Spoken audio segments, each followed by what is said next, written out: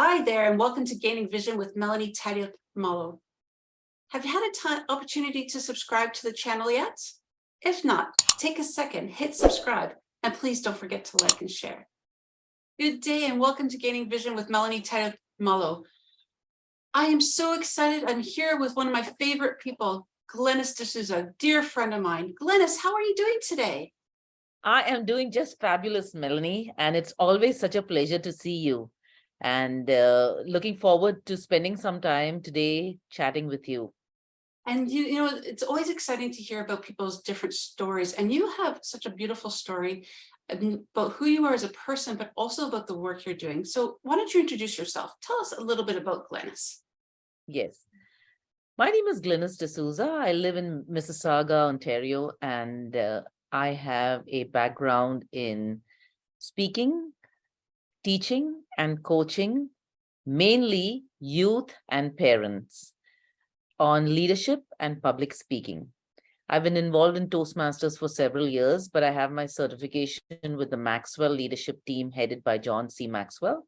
And my passion is to empower both youth as well as parents to become the best version of themselves. Thank you, Melanie. That's amazing, Glynis. And I love the fact that you do work with youth and families. Why do you feel it's so important for us to do both angles, the youth and families? I believe that I believe in true education. And education is not about only the things that you learn in school, but I believe that education starts in the home, in families. And the reason why we are seeing so much of crime, so many school lockdowns, and all of these deterioration of society is because the proper family values and all of the training, there's some kind of a missing link. And so my passion is to bring back the proper training in the home so that parents are equipped on how to become a better parent to our youth. Because our youth, that's the first place they learn before they ever go to school and they step outside of the home. So all of the true education first begins in the home. And that's why I'm so passionate about children and youth getting a firm foundation from well-equipped parents so that in turn, we all enjoy the benefits as a society. That's great. And what are some of the main key points that you focus on for the families? I focus on 10 important family values, some of them which include love, respect, discipline, responsibility, accountability, proper standards, forgiveness, all of these values that are so basic and intrinsic to human beings, but of which we find a lack nowadays. And so it's kind of almost back to the basics that I focus on. And I think that's a great way to start, because I think nowadays everybody's so busy. And yes, the lockdown and pandemic taught us a lot about getting back to those basics at home. But in this busy world, you know, youth are going one direction and family perhaps is going a different one. So you're meshing the two back to the basics. I love that. What key factors or part do educators play in the school systems with the work you do? You know, we are facing a real crisis in our school system as well as educators. And the reason I say that is because discipline is lacking in the school system. You know, in our time that we were growing up, we always got disciplined in one way or the other. But I'm a person of faith, and even in the Bible, it says, you know, spare the rod and spoil the child. But that doesn't mean to say you use a rod, but you can use the rod of discipline in different ways, which is, you know, we used to get a note in our calendars getting home, and all of those kind of discipline measures, which were really effective in you know, bringing children back on the right path. But now it's in a crisis because you're not allowed to discipline children, of course. But the thing is, you cannot even say the things that we used to say, right? You know, reprimand, really admonish somebody or give them a bad mark. You're allowed You're not allowed to fail children. So I think educators, their hands are tied.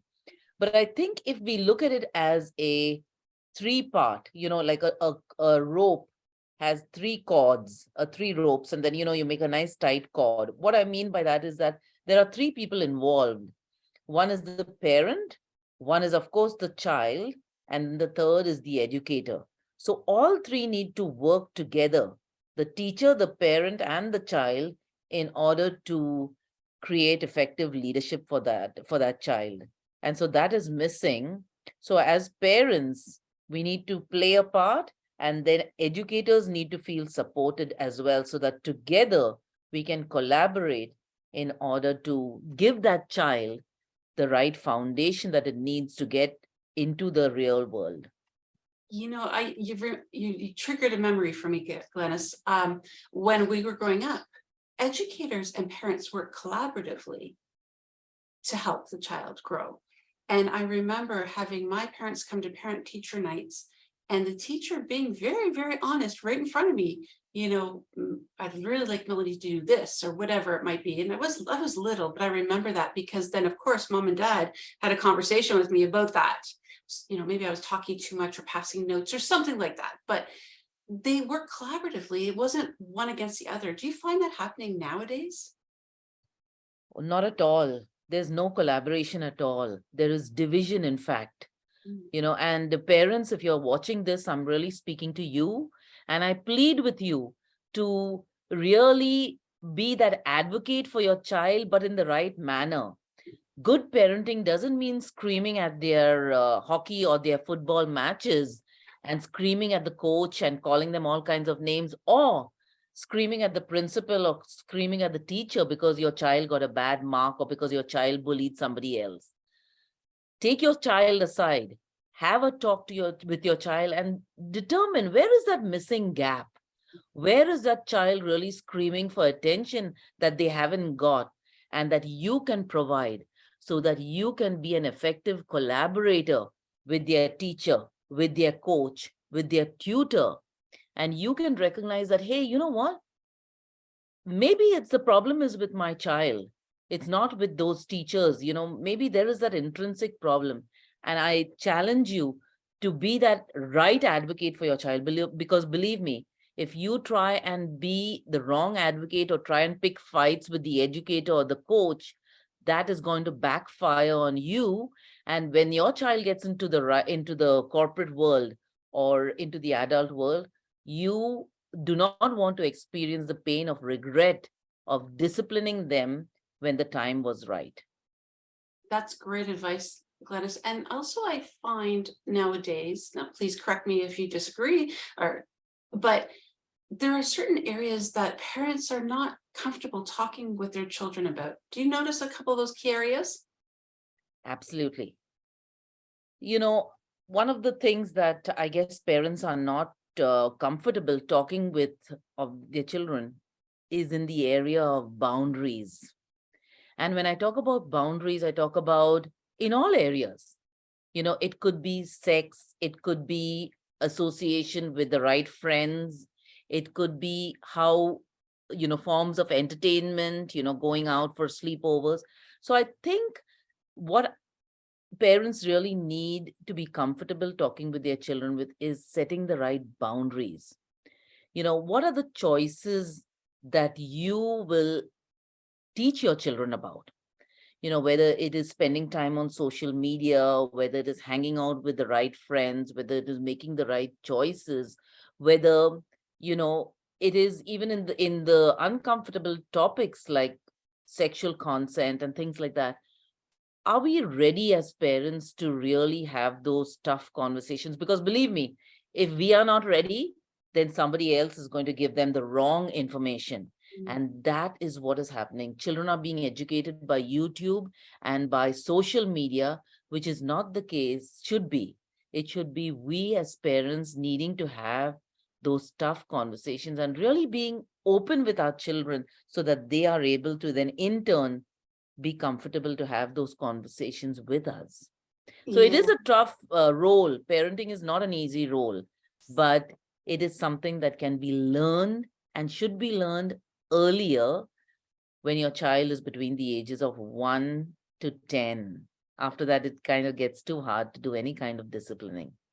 That makes a lot of sense. And I also remember growing up, I looked up to my parents. They were my heroes, my role models. Do you find it's important for family or parents to lead by example? Obviously, that happened well in my life. I'm so glad, Melanie, that your parents were your right role models, and I want to kind of, just fast forward in this generation. Will many of the kids say that my parents were role models?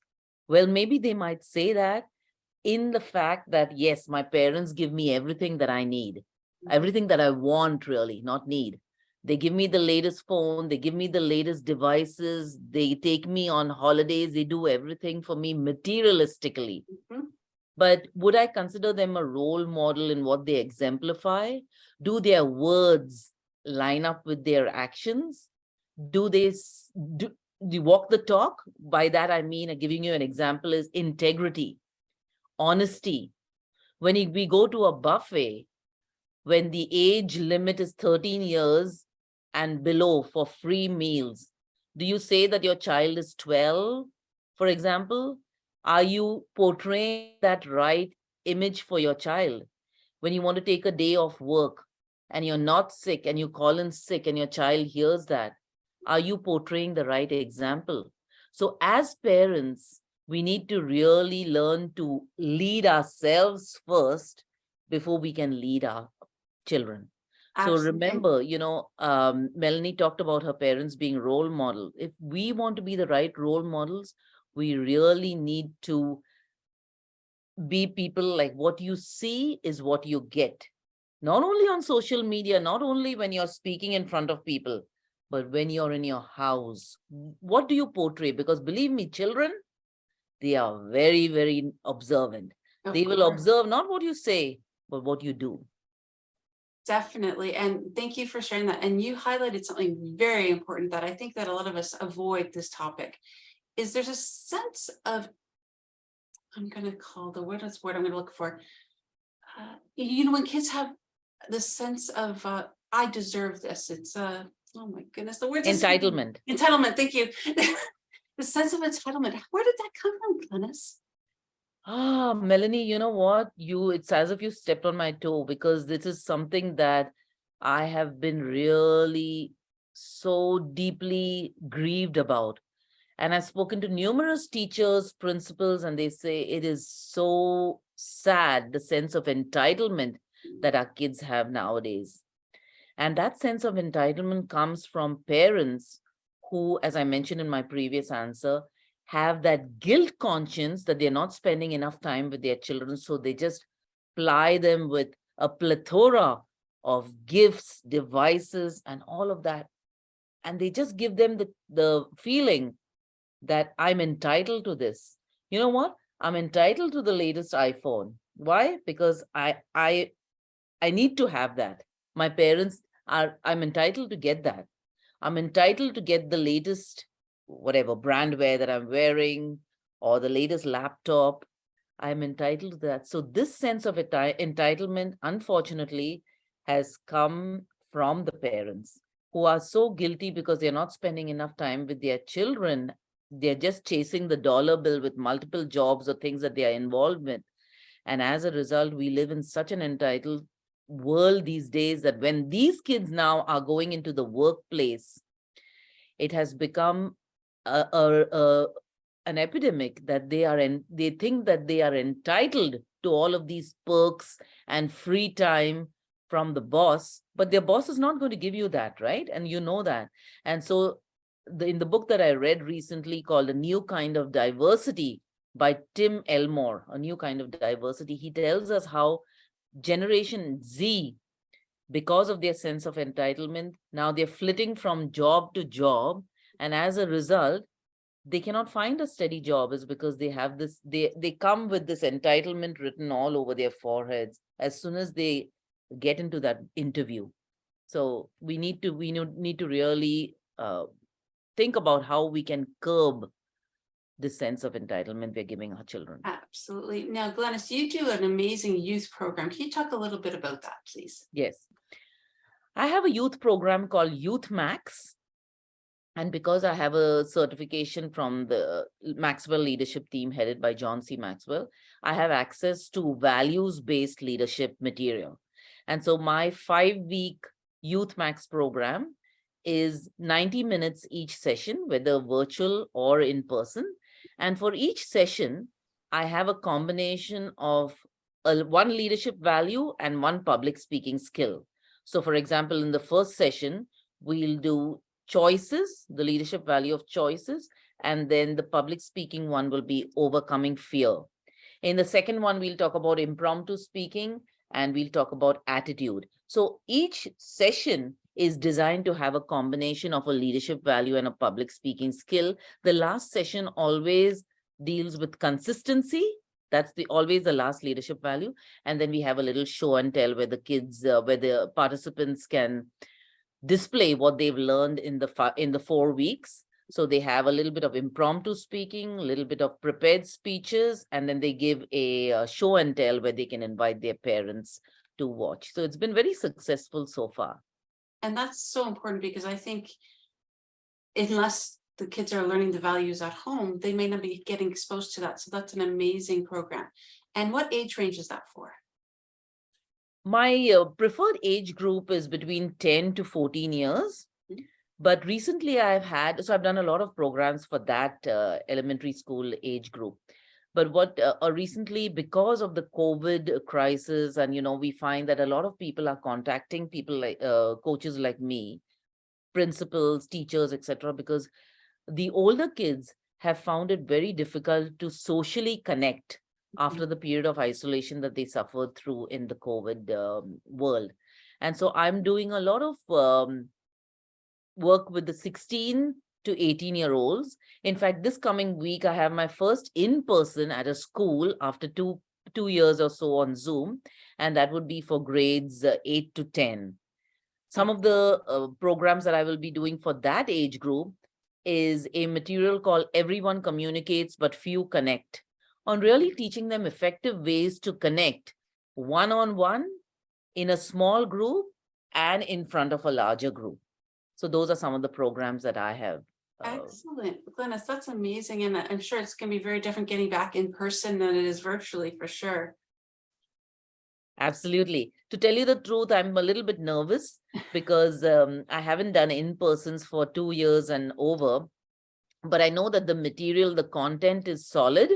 And so I do have to work quite a bit on my practice. I'm going to be taking this weekend and the couple of days leading up to the session to practice, rehearse some engagement, some stories that the participants will relate to. So yes, it's definitely a little bit out of my comfort zone after all of the virtual trainings, but I know that the best way that you can grow is out of your comfort zone. And so it's definitely going to be something. And I'm sure it'll be amazing and you will definitely make an impact. Now, Glynis, you know my main focus is diversity and inclusion. So you knew I was going to talk to you about this.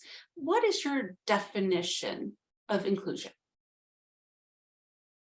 I believe that inclusion is putting yourself in the other person's shoes and really feeling what they are feeling. I mean, we won't be able to completely feel what they're feeling because it's definitely a unique experience. But I think that inclusion is really letting everybody have a seat at the table, no matter how different their abilities are, and really making that person feeling welcome at the table. Absolutely. So with youth, because that's your focus, we know that all the schools are diverse, for sure, here in Canada especially. Are they inclusive? And if not, what do you think we have to do to help them become more inclusive?